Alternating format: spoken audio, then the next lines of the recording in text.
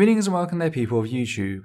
Now that we dealt with the cishet man in the room, it's time for us to review the remainder of the Primetime Generation Gender episode. You know, the parts that actually involve women, trans people and the experts of the field, as opposed to some once famous transphobe with a toxic Twitter following. For more on that, please see my previous video, linked down below. Now, I've been through the rest of the Primetime episode and reduced it down to 9 minutes worth responding to. Just a quick recap, the episode was created to discuss recent proposals in Ireland to reduce the age of gender self-identification from 18 down to 16. Gender self-identification has been legal for over 18s for the past 3 years and has so far not resulted in any marked problems. But before we dive into some of the main issues raised with the proposal, I'd just like to take a minute to highlight the issue of how trans people are presented throughout the episode. I am of course talking about segments such as these. They are transgender. That's when someone is born a boy but believes that they're a girl, or vice versa. Says he is transgender, which means he was born a girl but now says he is a boy. 10 of them were girls who now identify as boys. When you use the born as a man but identifies as a woman and vice versa as your explanation of what a trans person is, you do nothing to garner trust from that community.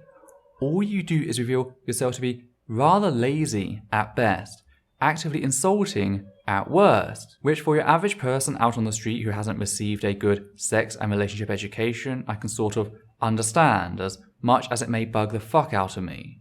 But for a TV episode presenting itself as a well-researched insight on the topic, that shit don't sit in any way. When you present it this way, you are starting by presupposing that a trans woman was really a man and that a trans man was really a woman. The correct phrase is the gender they were assigned at birth. Now, some may argue that this has the same effect as the way Primetime presents the subject, simply on the other side of the debate. This is not the case. Saying they were assigned this gender at birth in no way validates the gender they live by, or invalidates it. It is in actuality the neutral way of approaching the subject. And compared to what's coming, it's a very minor thing, but it is still worth noting. And we'll see another example of this which leads rather nicely into the first major point I like to tackle. These kids can't vote. They are too young to marry. Now there are proposals to allow them to legally declare themselves as male or female or self-identify, irrespective of whether they were born a boy or a girl. Adults have been able to do this here since 2015. Stella O'Malley believes this new proposal gives too much power to minors. I just think, why would we reduce an age when that it's very well established and there's consensus that, you know, the age of the child becoming an adult is 18, and it's the deal of childhood is to grow until you're 18 to be under your parents' wing, and then when you're 18 you do what you like, and I think that's appropriate. Very well established by who and consensus on what? Because across the border in Northern Ireland, which is part of the UK, the age to leave home without parental consent is only 16. And whilst it's true that the age for this in Southern Ireland is 18, there are some important exceptions to the idea of parental consent. For example, a teenager who is aged 16 can be employed full-time, something which children cannot do. They can also drive various motor vehicles, including mopeds and tractors, and whilst it may not be 16, the age of sexual consent in Ireland is 17. But what I found especially interesting is the fact that under the Non-Fatal Offences Against the Person Act of 1997, a 16-year-old in Ireland may give consent to surgical procedures without parental input. So the medical consensus in Ireland is that a teenager who is 16 years of age can consent to surgery. And yet here you are, arguing that a 16-year-old should not be allowed to legally change details on their official documents without parental consent. Because that's all the proposals allow for, socially transitioning on a legal level, something that can easily be reversed. And it's a real shame that Primetime didn't know any of this. They just let someone they presented as an authority say what the hell they like and, as a result, intended or not, deceive the viewers into thinking that the issue is clearer than it actually is. I would argue that self-identification is less likely to endanger the life of a 16 and 17-year-old than surgery, and I imagine I'm not alone in thinking this. Now, Stella O'Malley was the woman I noted in my previous video whilst discussing persistence and desistance rates of children, since said statistics relate to what she has to say on puberty blockers later on. But before that, I'd just like to go over how O'Malley presents herself, not to mention several assertions in want of actual evidence that she attempts to sneak past the viewer whilst doing so. Stella O'Malley is an adolescent psychotherapist. She has concerns about this huge increase in girls with gender dysphoria. She says she wanted to be a boy growing up in Dublin in the 1980s. I was convinced I should be a boy. When I look at the criteria for gender dysphoria, I would have had what would be diagnosed as gender dysphoria. I certainly lived as a boy, and everybody would say, are you a boy or a girl? And I'd look them in the face and say, boy.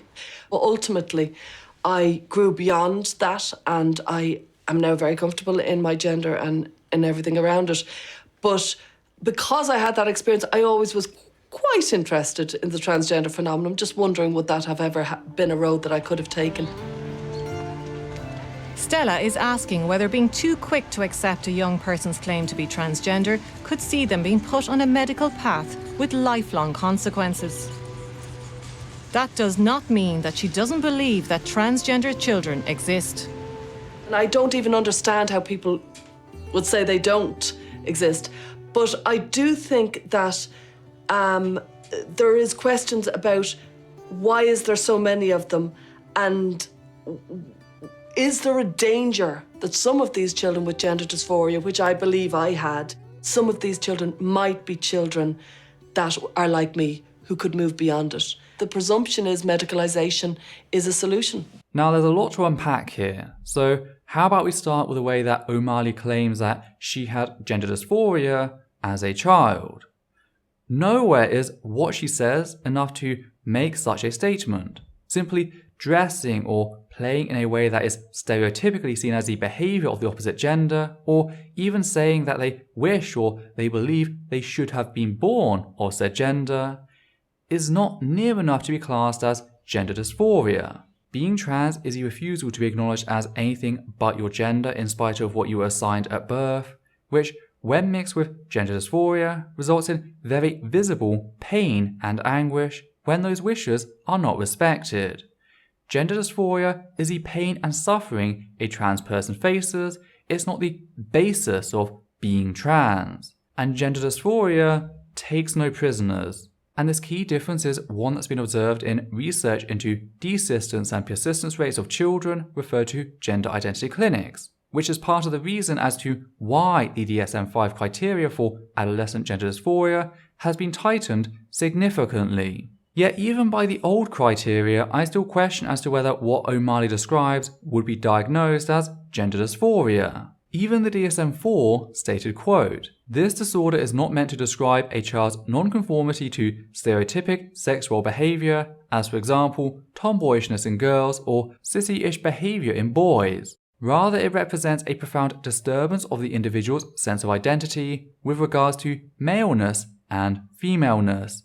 Behaviour in children that merely does not fit the cultural stereotype of masculinity or femininity should not be given the diagnosis unless the full syndrome is present, including marked distress or impairment," end quote.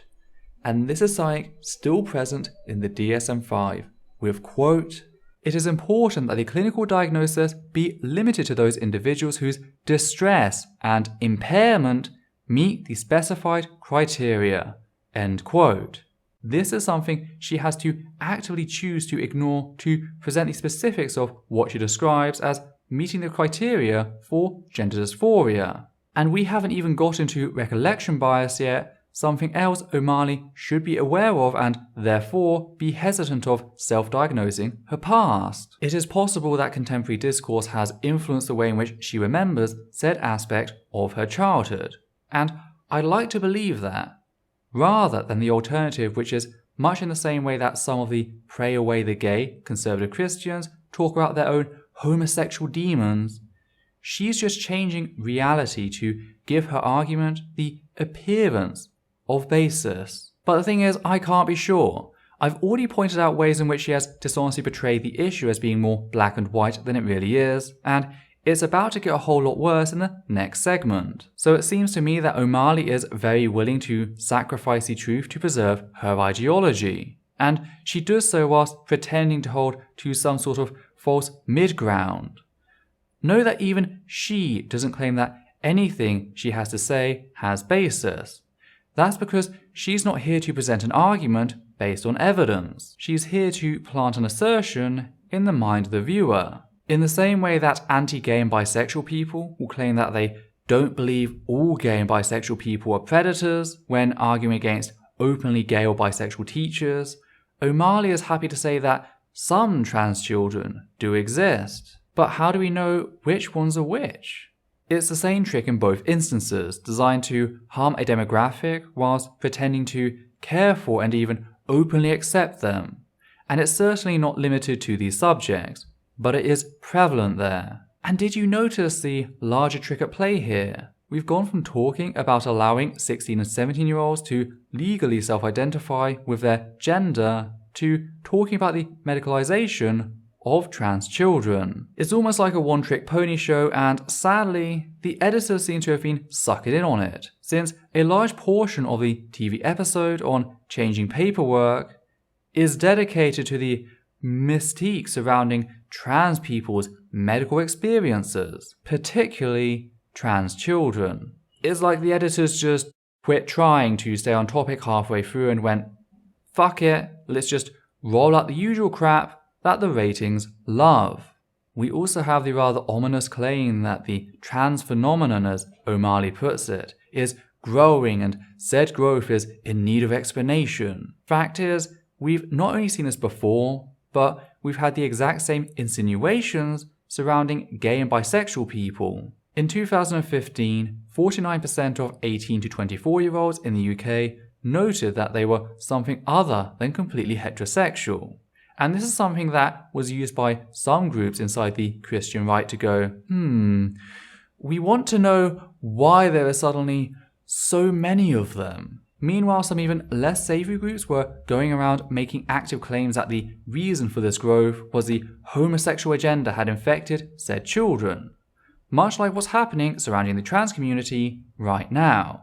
The way it works is people are quite good at dismissing radical claims when it comes directly from the radicals. They're quite good at spotting that and dismissing it. But if they've heard a similar light version come from a seemingly more objective, less radical source, and then they hear the same from the radicals, that changes the way they receive it. It makes it seem more probable, even though there's still no evidence for it whatsoever. When it comes to gay and bisexual people, we know there's not to be an actual increase in the number of non-heterosexual people. Rather, it's an increase in feeling secure enough to come out about one's sexuality. So we have past precedent to work from. The increase in the number of trans people does not seem to be part of some insidious cabal, but rather improving conditions. Why are there so many of them? Well, because that's how many trans people are born in general. And if you disagree, then please, by all means, supply evidence to even suggest that there's something else at play here. Because all this is doing is adding an air of legitimacy to bigoted fear-mongering. Lastly, I'd like to tackle that last line. The quote, presumption is that medicalization is the solution. Now, first of all, not all trans people go through medical transitioning. Many stick to social transitioning. By this we mean such things as changing one's pronouns and their legally recognized gender on official documents. And out of those who do medically transition, the extent of what that involves can vary greatly from person to person. Some may seek simple hair removal, others may start hormone replacement, and yes, some will go through gender confirmation surgery. The thing is, medicalization and certainly surgery is not presupposed as the solution for all trans people. It is, however, the solution for some people. Thankfully, just after the episode aired, Cornell University, whose work on same-gender parenting has proven invaluable to me in the past, released a meta-analysis of 56 studies and 17 literature reviews and practitioner guidelines published between 1991 and 2017 on the topic of transitioning. Now, said literature covered both socially and medically transitioning, and guess what they found? Quote, "This search found a robust international consensus in the peer-reviewed literature that gender transition, including medical treatments such as hormone therapy and surgeries, improves the overall well-being of transgender individuals. This literature also indicates that greater availability of medical and social support for gender transition contributes to better quality of life for those who identify as transgender." End quote. So the science seems to suggest that, yes, it does seem to be a viable solution. But let's see what else O'Malley has to say. Statistics say it's around about 70 to 90% of children who go through gender dysphoria, as I did, ultimately end up perfectly comfortable with their own gender. But there's also statistics that show very clearly that if you take puberty blockers, if you medically intervene, it's high 90s to 100% that you'll go on to transition.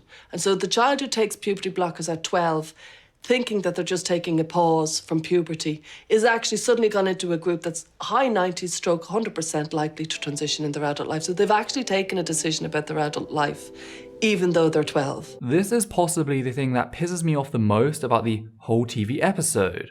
More than Graham, more than the rest of the clowns we'll come to later, this shit right here. As someone of her profession, O'Malley knows exactly the dishonest sleight of hand she's pulling here.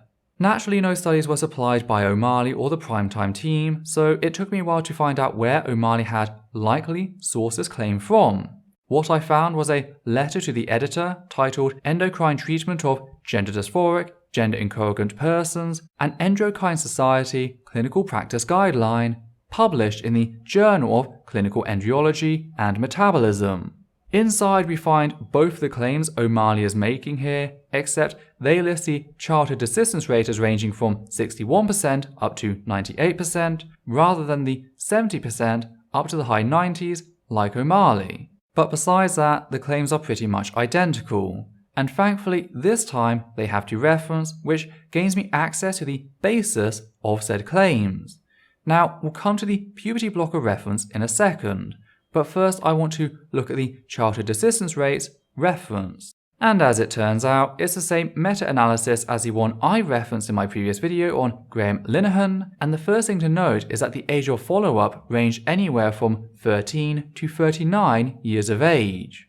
The ages at which they were first referred to a gender identity clinic and assessed, however, are as follows, starting with the most recent study and working our way back. Singh, 2012, looked at children who were referred between ages 3 and 12 with a mean age of 8 years. Drummond, 2008, children ages 3 to 12 with a mean age of 7 years. Roeline, 2008, children ages 5 to 12 with a mean age of 8 years. Now, Green is an academic book I lack access to, and I won't label you with the rest since the reference review that the letter and by proxy O'Malley seem to be making use of list 13 as the starting point for their follow-up research. The point to take away from this is that children beyond 12 years of age at the start of the research were not included, not to mention that the vast majority of these children were much younger than 12. Now, a qualitative analysis carried out in 2011 by some of the same researchers who put together the persistence/desistance chart that the letter and O'Malley are using found that, quote, "Through structural comparisons between the stories of persisters and desisters, we identified a period between the ages of 10 and 13, grades 7 and 8, the end of Dutch elementary school, that seemed to be crucial in their development trajectories," end quote. Note the fact that the study also found key differences early on between both persisters and desisters that could be used by professionals to identify who was likely which before this age was even reached. And as mentioned earlier, the DSM-5 criteria for gender dysphoria in children has been tightened. The DSM-5 was published in 2013. All the studies listed were from 2012 or earlier. And all of this is important since, as noted by O'Malley herself, puberty suppressants are not typically started until the age of 12. Which leads me onto the major flaw in O'Malley's presentation of the topic. She forwards that childhood desistance, which takes place between the ages of 10 and 13, is comparable to teenage desistance between the ages of 11 and 16. This, of course, is complete and utter garbage. The two data sets are not a match. They are not comparable. And yet, none of this is made clear to the viewers of said TV episode. Now, you might be wondering about the 2-year crossover period between the samples, but reminder, the 10 to 13 age mentioned earlier is a range. Now, specialists can have a good idea before the child reaches that period, and yet, ignoring that fact, some trans children are certain as early as 10 years of age. Some take a little longer. Why? Well, as it turns out, early puberty plays a role. That's why guidelines for puberty blockers note that a child should still be made to experience the physical changes of puberty to at least Tanner stages 2 to 3. So that's typically ages 9 to 12.5, confirmed by pubertal hormonal levels. That's right, puberty blockers are not typically supplied to a child prior the early onset of puberty. They are instead used to stall the late onset of puberty, ensuring that the child has at least a partial knowledge of their natural puberty, which, in conjunction with ongoing professional support, is used to arrive at the best informed decision possible for that patient. And that's why health professionals respond to each case individually. And yet the puberty blocker study referenced in the letter still has a mean age of 14 for assigned males and 15 for assigned females. But if you're expecting medical absolutes for a time-sensitive treatment centered around individual body growth and development, then you clearly have a limited understanding of both human biology and medicine. I should note that the study also found that teens who went through the process of puberty blockers showed a significant decrease in behavior and emotional problems, both reported and clinical. Their depressive symptom scores decreased significantly, whilst their global functioning ratings increased significantly. But again, we're talking about the legal gender self-identification for ages 16 and 17. So all of what O'Malley says here is not just misleading, it's really irrelevant. Fact is, there are two people in the TV episode who managed to link the legal changes to the medicalization of trans people, and they're both on opposite sides. And we'll go on to that right now. Sarah says legal recognition will actually slow down the medical process. You allow them to identify, have a gender recognition certificate, which provides them all the other legal documents. It allows them that social transition without having to consider medical issues until they're ready for them. However, psychiatrist Dr. Moran warns that while he welcomes the proposal in principle, it may have unintended consequences. In other countries, a gender recognition certificate is only obtainable following extensive assessment. Some clinics in other countries are treating Irish patients surgically on the basis of the Irish gender recognition certificate. I know from patients attending our clinic that they have had surgery in Poland without any assessment, simply producing a certificate to the clinic in Poland. So we may be facing a situation where people as young as 16 can obtain surgery without any assessment medically of any kind before that happens. So I would have concerns about that kind of situation arising.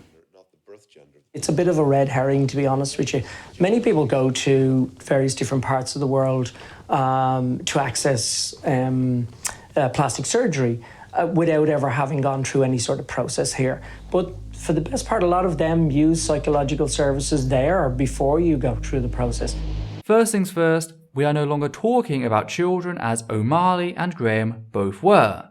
We are talking about mid to late teenagers and adults. That's why what is said here in no way offers credence to the baseless ramblings dealt with prior. Now, I left in what was said either side of Dr. Morn, since they are valid considerations. As a comparison to the self-identification offered to 18-year-olds and over in Ireland, we have the current medicalised route in the UK. whilst the UK does not specify the requirement for medical transition to apply for one's gender recognition certificate, it does require medical reports. The problem with that, as some trans people have discovered, is that there's a lot of medical essentialism on both sides. That is, some people believe that unless a trans person goes through HRT and surgery, then they're not really trans and shouldn't be legally recognized as their true gender. And general practitioners are not reserved from this. Hesitance or rejection of medical transitioning can be used as evidence against a trans person's authenticity, shooting to pieces said person's chances of receiving their GRC. As a result, a number of trans people feign a desire to go through the medical process simply so they can receive their 2 referrals and secure said certificate. In the UK, there is a real pressure to medically transition, even if it be of no help or even a detriment to you. Thankfully, the Republic of Ireland no longer has that, not since 3 years ago when it legalised self-identification for 18-year-olds and over.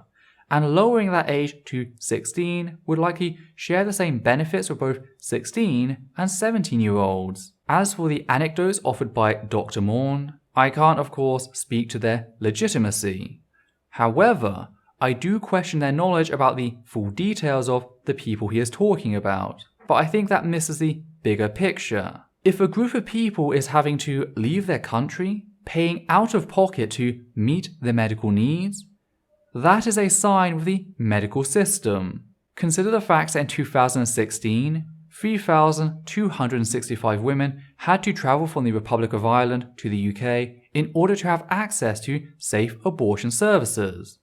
Note, Ireland already views 16 years of age to be old enough to consent to surgical procedures. This, of course, does not mean that said procedures will be offered by their doctor. But if they can find a doctor who does offer them that choice, why then would it be a problem for said 16 or 17-year-olds to consent to said surgery? Now you might say it's a life-changing decision.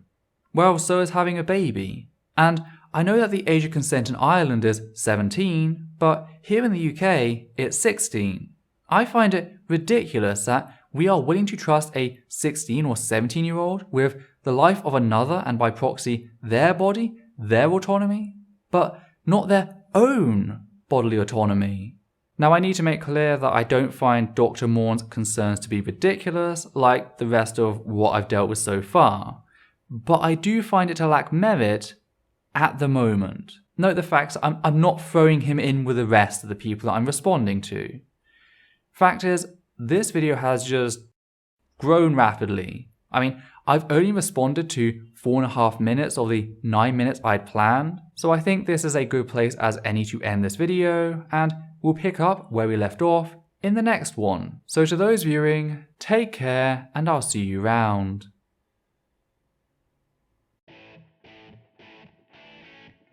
Hi there, I'd just like to say a few things here at the end of the video. First, I'd like to thank everyone who has ever donated to the channel via Patreon, giving a special thanks to the following people: Hannah Banghart, Matthew Kovac, Brad R, John Schoenrock, Alexander Williams, Rain Kilmore, and Daniel Martinez. Your support has ensured this channel's ability to grow over the years and really is the only thing that manages to keep the channel afloat. I'd also like to request that you comment down below and like this video, as well as subscribe and follow Essence of Thought on Facebook and Twitter. Please also consider following Atheist Alliance International on Facebook, an organisation dedicated to helping atheists around the globe. Any comments utilising language which insults others on the basis of perceived gender, sexuality, ethnicity, or ability both mental and physical will be removed immediately, and the commenter may be blocked on the moderator's discretion. Let's keep this space one which upholds the humanist values. Thank you.